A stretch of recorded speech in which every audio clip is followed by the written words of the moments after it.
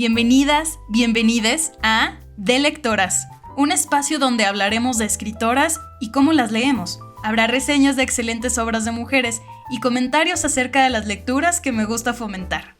Yo soy Dalia y este es un lugar seguro para compartir tus opiniones y comentarios sobre tu escritora favorita. Hola, ¿cómo están? Bienvenidas, bienvenides a una nueva semana. Hoy no les voy a platicar específicamente como de una reseña de un libro. Y también esta temática que quiero tratar hoy, voy a estar publicando varias cosas acerca de ello. ¿Por qué? Hace unos meses que fue la FIL de Guadalajara, pues conseguí este libro. Tenía ganas de leerlo desde hace mucho, me acuerdo que lo descargué, pero jamás lo leí.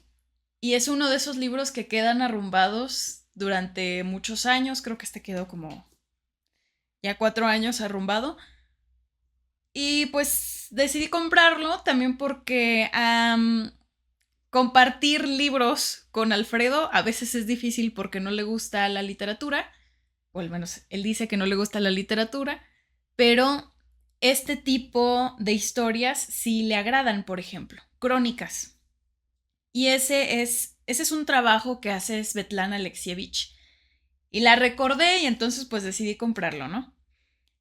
Este libro que se llama Voces de Chernóbil reúne todas las historias, o muchas historias, de personas de Bielorrusia. Que bueno, aquí les voy a dejar un mapa.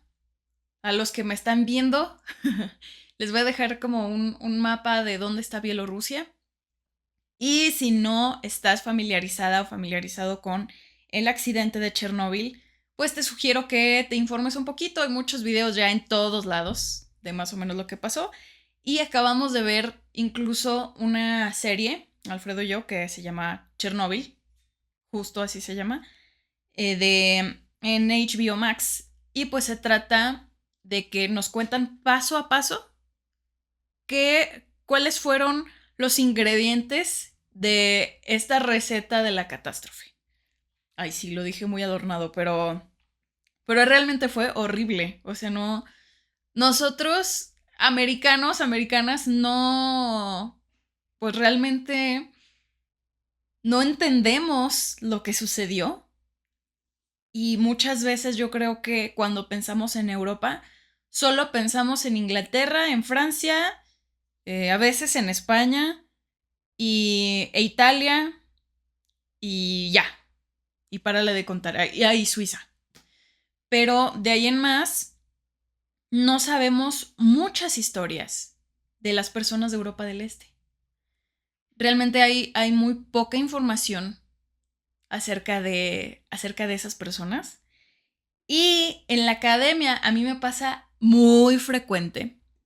Nos dicen que no es bueno utilizar ejemplos de personas europeas por el simple hecho de que son europeas. Pero hasta ahora que estoy ahondando en historias de mujeres bielorrusas, pues yo creo que tengo mucho en común, mucho más en común con una mujer bielorrusa que con alguien de Yucatán, por ejemplo. A veces nos olvidamos que nuestro país es tan grande que parecen 3 países diferentes.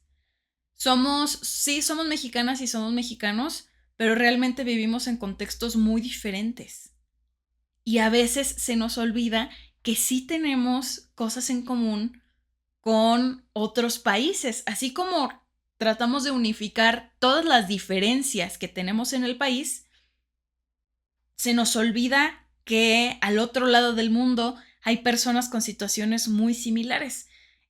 Por ejemplo, el tema de la precariedad no es un problema exclusivo de Latinoamérica, personas. Necesitamos empezar a leer historias de mujeres de Europa del Este. Hablo específicamente de mujeres porque este libro reúne muchas voces femeninas y a veces no tenemos ni idea de lo que viven estas personas. En la academia muchas veces nos juzgan, ¿no? Así como, no seas eurocentrista. ¿Cómo van a sufrir más los europeos que nosotros los de Latinoamérica? A ver, ese es un juicio muy... que viene desde la ignorancia. O sea, realmente es un juicio muy arbitrario que denota no tener nada de información acerca de todos los universos que pueden existir en un continente como Europa, que pues es casi del tamaño de nuestro país. Entonces, por eso les quise hablar de, pues, de este fenómeno, ¿no? De Chernobyl. Porque, bueno, vimos la serie en semanas pasadas y fue cuando decidí leer este libro. Y, ay, Dios mío, o sea, ya tenía conocimiento de la manera en la que escribe Svetlana. Ah, y también es importante mencionar que Svetlana es bielorrusa. Entonces, a ella le tocó vivir todo lo que sucedió en este accidente. Ay, o sea, cuando publiqué en Threads hace unos días que al leer este libro me he quedado mirando al abismo cada que leo un testimonio de una mujer bielorrusa y no estoy jugando, o sea, de verdad, es algo que no puedo describir con palabras y que ni siquiera ellas pueden hacerlo. Lo que ellas han vivido es algo que muchas mexicanas y mexicanos ni siquiera nos imaginábamos. Nosotros tenemos sí nuestras propias luchas, pero este accidente yo creo que cambió el mundo. Y también lo dice la misma Svetlana, ¿no? Un solo accidente cambió todo el planeta. Y yo creo que no estamos hablando lo suficiente de ello. ¿Por qué? Hay mucho que podemos aprender de aquí. Hay muchos problemas que no involucran exclusivamente el accidente que ocurrió en el reactor 4.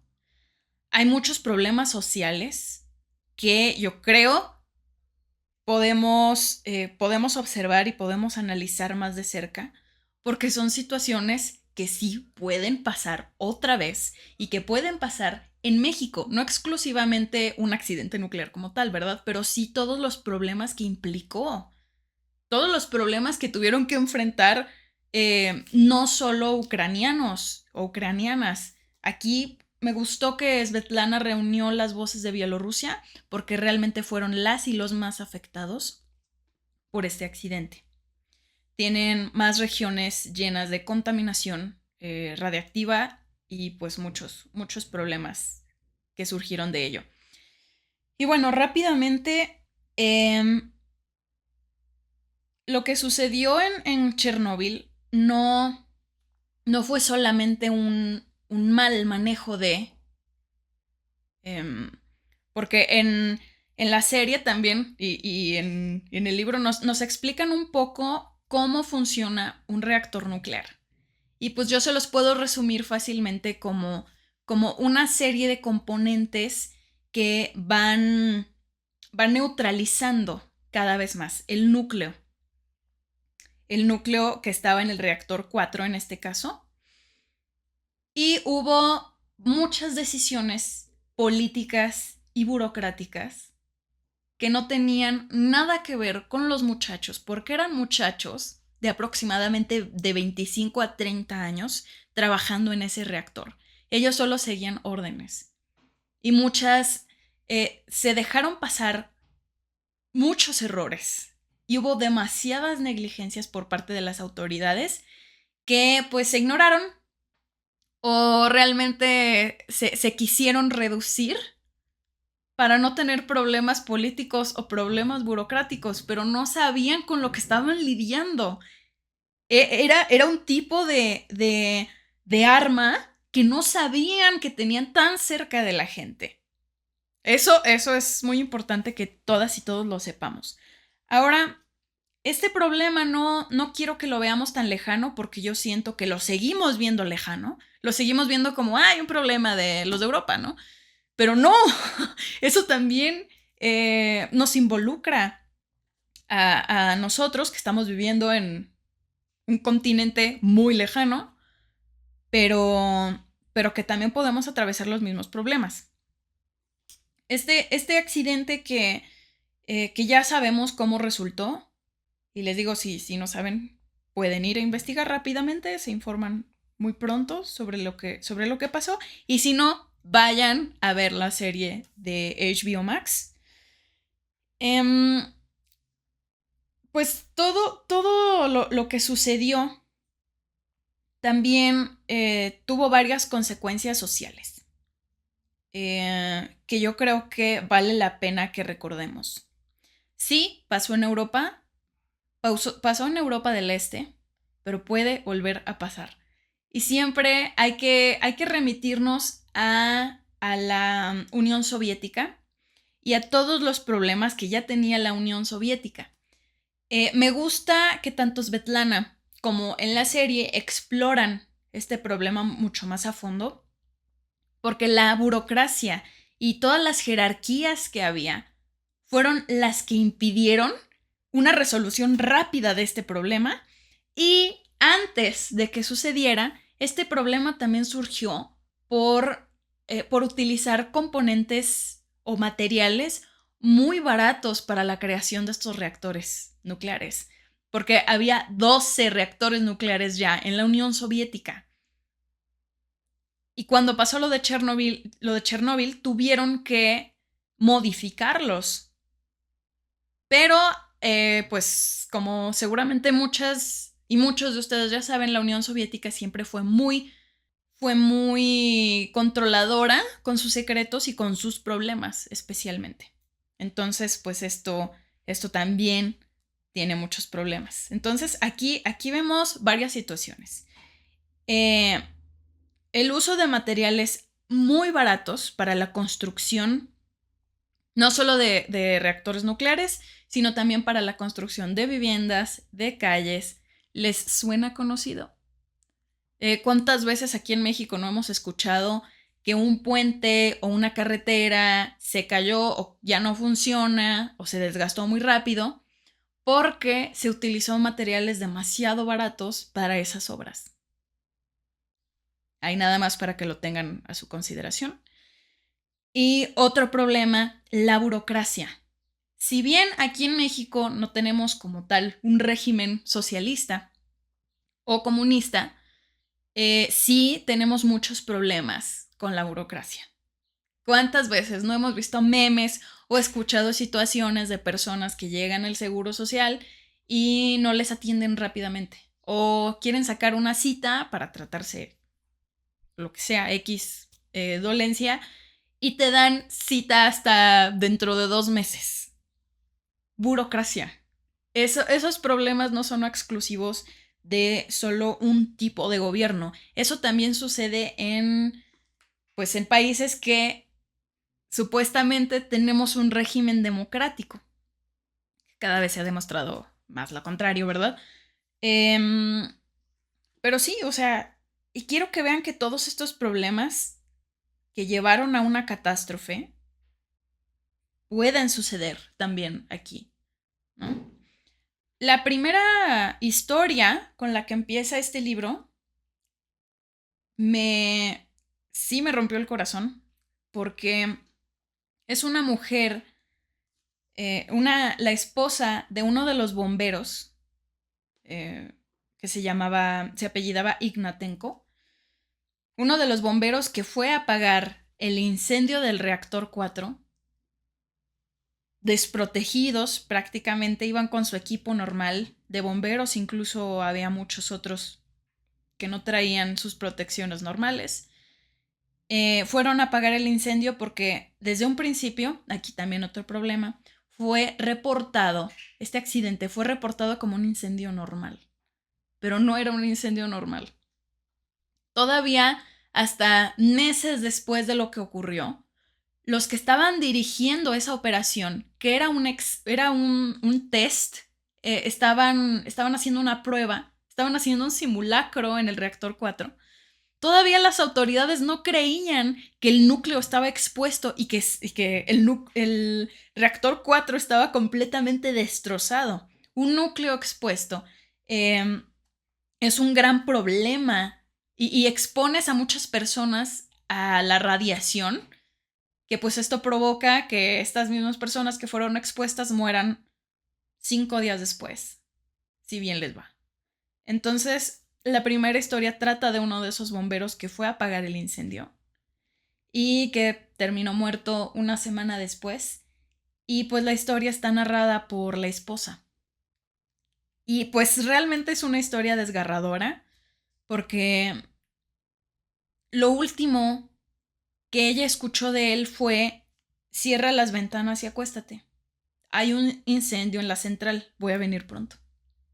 Pero ella no lo volvió a ver como lo vio esa última noche. Días después, él se convirtió en otra cosa. Él se convirtió en un foco de contaminación radiactiva para ella y para todos los que estuvieran cerca de él. Y se convirtió pues en un ser que agonizó lentamente mientras la radiación se metía cada vez más en su cuerpo y terminó muriendo. Entonces, esta historia, pues sí, realmente me dejó choqueada, pero más el final, porque podemos tener mucha información sobre la historia oficial de lo que pasó en Chernobyl, perdón, o sea, la historia oficial que cuentan las autoridades, pero la historia verdadera es la que yo encuentro en, por ejemplo, la esposa de este bombero. Es una mujer que sufrió de primera mano todos los problemas burocráticos, la desinformación por parte del gobierno en ese momento y también lo que ya les comentaba, lo que provocó el accidente. Negligencias, otra vez la burocracia y el uso de componentes y materiales muy baratos para ese reactor. Ella fue una víctima directa de todo esto. Y todo el relato termina con esto, que se los voy a leer y se me hizo muy fuerte. Esta gente se está muriendo, pero nadie les ha preguntado de verdad sobre lo sucedido, sobre lo que hemos padecido, lo que hemos visto. La gente no quiere oír hablar de la muerte, de los horrores. Pero yo le he hablado del amor y de cómo he amado. Oh. Al final de este relato, ven, todavía me tiembla la voz. Al final de este relato me puse a llorar porque dije que, o sea, pues sí, es verdad. Esta mujer, les platico rápido, Ludmila Ignatenko, ella no hizo caso de las enfermeras y cuando su esposo estaba en el hospital, ella estuvo con él todo el tiempo. No le importaron las advertencias de que ella podía absorber la radiación que tenía su esposo y ella sostenía su mano, le cambiaba las vendas porque pues uno de los efectos que tiene la radiación en el cuerpo humano cuando te expones, así como se expuso su esposo, te empiezas a llenar de llagas al punto en el que todo tu cuerpo empieza a volverse como rojo y luego se empieza a carbonizar lentamente. Entonces todas las llagas pues sacaban sangre, entonces pues la esposa le cambiaba las vendas, le cambiaba la ropa, no quería que su esposo muriera solo, entonces eso lo podemos ver. Y ella sabía que estaba embarazada, pero no hizo caso a las advertencias de las enfermeras. Y al final, cuando se murió su esposo, que pues los enterraron en un ataúd como de grafito y luego le pusieron metal encima y los enterraron a todos en concreto. Después ella dio a luz a su hija, pero su hija, además de tener fallas en el corazón, tenía 26 Röntgen, que esta es la medida para medir un poco la radiación. Tenía 26 Röntgen en su hígado, nada más. Entonces su hija vivió 4 horas y murió. Y pues nos dan a entender que ella sí tuvo problemas de salud más adelante, pero fue su hija la que absorbió toda la radiación cuando estaba cuidando a su esposo. Y entonces pues yo me quedé pensando, bueno, a ver, si alguien que yo amo está en esa situación, probablemente yo haría lo mismo que ella. Incluso a sabiendas de que esa persona fue expuesta a grandes cantidades de radiación, como el bombero, ¿no? Entonces por eso siento que me pegó tanto eh, cómo termina el testimonio de esta mujer, ¿no? De que le dice, pues yo solo te acabo de contar cuánto he amado y de cómo he amado. Porque todo el relato, toda su historia, todo su testimonio, ella, eh, ella se la pasaba diciendo, yo amaba a mi esposo, pero no tenía idea de cuánto hasta que pasó todo esto, ¿no? Y también en relatos posteriores es la misma Svetlana hablando con ella misma y pone estos diálogos con ella misma aquí, porque a ella también le tocaron todos los efectos colaterales de este problema. Y pues me pareció un ejercicio muy interesante. Y pues también muy desgarrador, porque eso implica que tiene que recordar a todos los soldados que llegaban a pueblos abandonados a matar a los animales domésticos, a matar a los perritos, a los gatitos, a los caballos, todos los animales que estaban en los alrededores, porque también ya estaban contaminados de radiación. Incluso esas escenas en la serie fueron retomadas y yo no pude verlas. Yo tengo, no, o sea, no pude. Porque incluso Svetlana se pone a reflexionar, los pobres animales, ¿cómo les explicas, no? Que tienen que morir, que su familia los dejó y que ahora tenían que morirse. Eso, eso es algo que no tiene palabras. Svetlana también hay una parte en la que dice que ahí fue cuando reflexionaron el alcance de la destrucción de una invención humana. Porque no acabaron solo con los pueblos que estaban alrededor y con generaciones posteriores. Porque al estar expuestos a la radiación, muchas mujeres que tuvieron hijos después o que estaban embarazadas en ese momento, sus hijas y sus hijos se murieron o se enfermaron de cáncer y posteriores generaciones tuvieron brotes ridículos, así unas cantidades ridículas de personas con cáncer.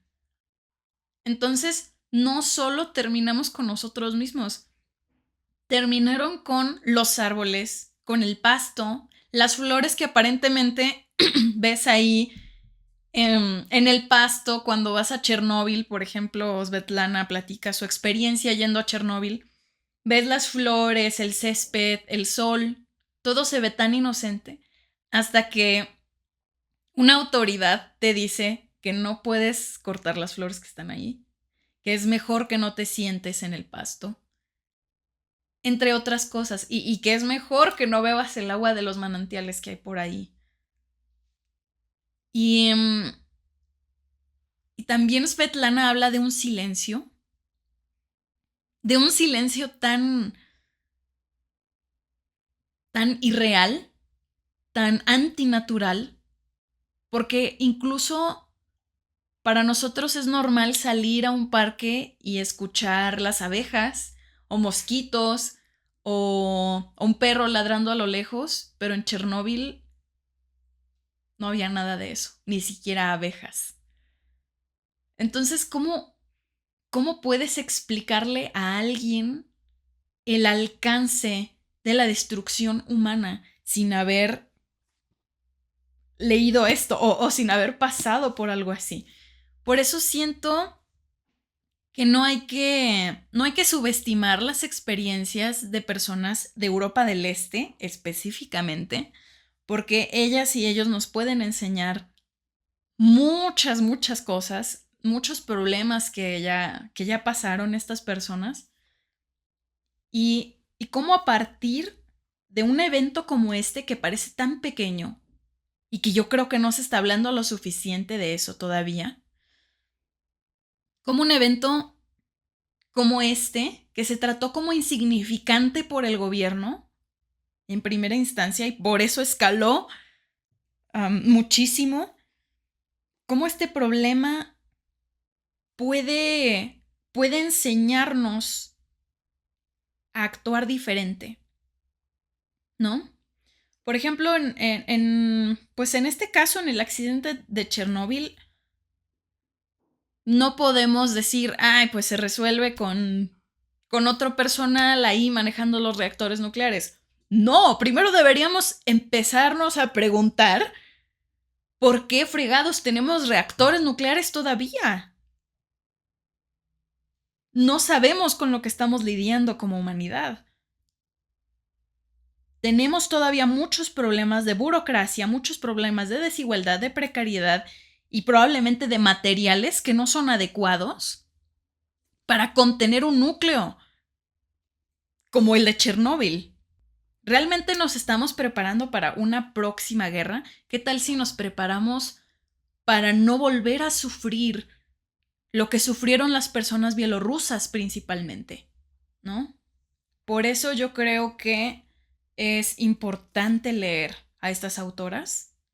Nos cuentan la historia de una manera diferente. Sí, es una historia no oficial.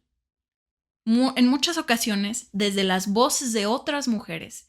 Y ese es el tipo de historia que necesitamos. No solo hablando de Europa del Este, también hablando de aquí de México, de aquí de Latinoamérica. Tenemos que empezar a escuchar las voces de mujeres que han sufrido muchas situaciones por culpa de un Estado incompetente. Y pues este aprendizaje me he estado llevando con este libro, todavía no lo termino, pero he pensado muchas cosas desde que lo empecé a leer y desde antes, complementándolo con la serie, que yo les recomiendo que hagan lo mismo. No dejemos pasar esta oportunidad de recordar, esta oportunidad de aprender de los errores del viejo mundo, si lo quieres llamar así, que a pesar de que está tan lejano, compartimos muchas cosas con todas las personas que vivieron los horrores, en este caso de Chernóbil. Y pues ya se me terminó el tiempo. Quería que este mensaje fuera muy directo, yo creo que lo fue. Y pues les recomiendo mucho que lean a Svetlana. Tiene este libro y también estoy leyendo otro. Digo leyendo así más o menos porque me estoy enfocando más en este. Pero tiene otro libro que se llama La guerra no tiene rostro de mujer. Y pues habla de muchas mujeres en la Unión Soviética que fueron francotiradoras, que fueron generalas y que pues cuya historia se ha silenciado a lo largo del tiempo. ¿No les suena conocido? Entonces vale la pena leer a esta autora bielorrusa para aprender de sus experiencias, especialmente a todas las personas que creen que el comunismo o el socialismo puede ser la solución ante este sistema capitalista. Yo creo que los autores y autoras de Europa del Este tienen algunas cosas que enseñarnos. Nos escuchamos hasta la próxima. Adiós.